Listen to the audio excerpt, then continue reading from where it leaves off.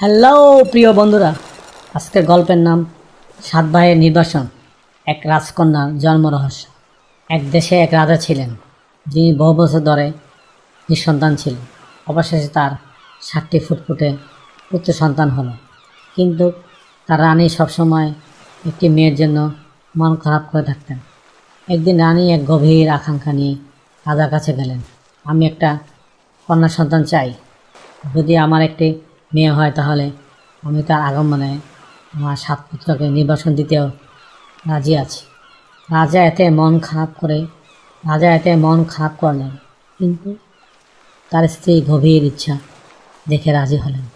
শীঘ্রই রানীর গর্ভে একটি কন্যা সন্তান এলো, কিন্তু রানীর বোন, যিনি ছিলেন ঈর্ষাপরায়ণ মন্দ স্বভাবের, তিনি রাজাকে ভয় দেখিয়ে বললেন, আপনি এই কন্যাকে আপনার প্রাসাদে রাখবেন না, কারণ এটি আপনার ছেলের জন্য দুর্ভাগ্য নিয়ে আসবে। আপনি আপনার 7 পুত্রকে রক্ষা করার জন্য তাদেরকে নির্বাসনে পাঠান। রাজার মন খারাপ হয়ে গেল। রানী সেটা বুঝতে পারল।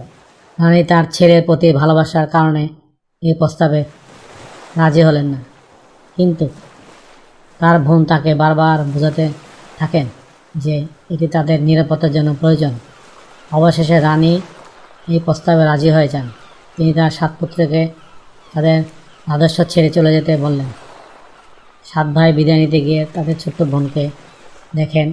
তাদের চোখে জল, কারণ তারা তাকে ছেড়ে যেতে চান না, কিন্তু তাদের পিতা এবং মাতা তাদের নির্দেশ দেন এবং তারা তাদের রাজস্ব ছেড়ে অন্য এক অজানা রাজ্যে চলে গেলেন। ছোটো বোনটি বড় হতে লাগলো এবং তার ভাইদের অনুপস্থিতি অনুভব করল। সে তার ভাইদের গল্পগুলো শুনে আর তাদের প্রতি ভালোবাসা আরও গভীর হয়। একদিন সে তার পিতার কাছে গিয়ে জানতে চায় কেন তার ভাইরা তাকে ছেড়ে চলে গেছে। রাজা তাকে বলেন যে তারা অন্য কোনো রাজত্বে ভালো আছে, কিন্তু মেয়েটি এতে সন্তুষ্ট হলো না। সে বুঝতে পারে যে কোনো রহস্য লুকিয়ে আছে। একদিন সে তার রানীর বোন খালার কাছে গেল। সে জানতে পারে যে তার খালা তাকে তার ভাইয়ের সম্পর্কে কিছু তথ্য দিতে চায়।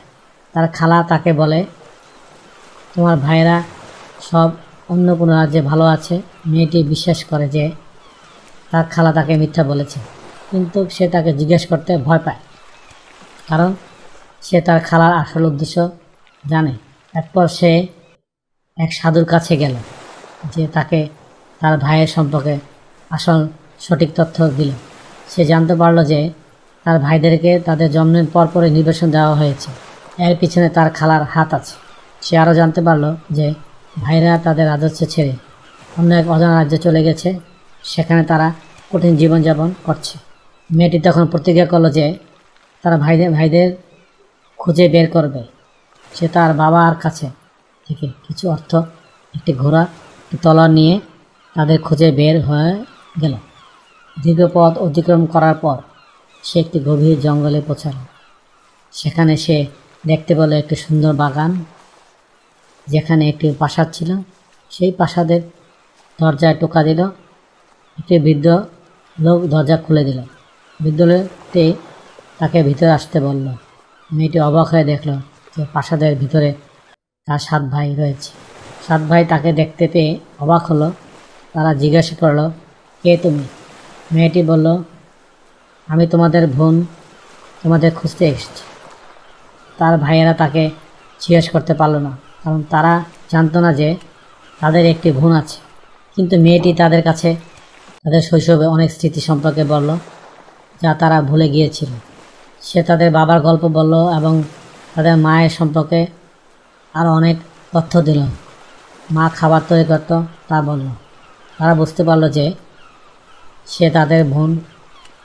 তারা তাকে ভালোবাসতে শুরু করলো এবং তাকে নিয়ে তাদের সাথে থাকতে বলল। মেয়েটি তার ভাইয়ের সাথে প্রাসাদে থাকতে লাগলো। তারা একসঙ্গে অনেক বছর ধরে শান্তিপূর্ণভাবে জীবনযাপন করতে লাগলো। একদিন তাদের খালা, যিনি তাদের নির্বাসনের কারণ ছিল, তিনি জানতে পারলেন যে তারা সব একসাথে বাস করছে। তিনি ঈর্ষান্বিত হলেন এবং তাদের ধ্বংস করার জন্য একটি পরিকল্পনা তৈরি করলেন। তিনি একটি জাদুকরী সাপ পাঠালেন যা তাদের খাবার বিষাক্ত করে দিবে। কিন্তু মেয়েটি বুঝতে পারল যে সাপটি কোনোভাবে তাদের খাবার বিষাক্ত করছে। সে তাদের ভাইদেরকে খাবার খেতে না করল। তারা অবাক হয়ে দেখল যে খাবারটি আসলে বিষাক্ত। মেয়েটি তার খালার কাছে গেল, তাকে সব খুলে বলল। তার খালা তার কাছে ক্ষমা চাইল, বলল যে সে ভুল করেছে। মেয়েটি তাকে ক্ষমা করল এবং তার খালাকে তার ভাইদের কাছে নিয়ে গেল। তার খালা তাদের কাছে গিয়ে ক্ষমা চাইল এবং তারা তাকে ক্ষমা করে দিল। এরপর থেকে তারা একসঙ্গে শান্তিপূর্ণভাবে জীবনযাপন করতে লাগলো। এই গল্পটি প্রমাণ করে যে পরিবারের সম্পর্ক একটি অবিচ্ছেদ্য বন্ধন। Thank you for watching. Please subscribe.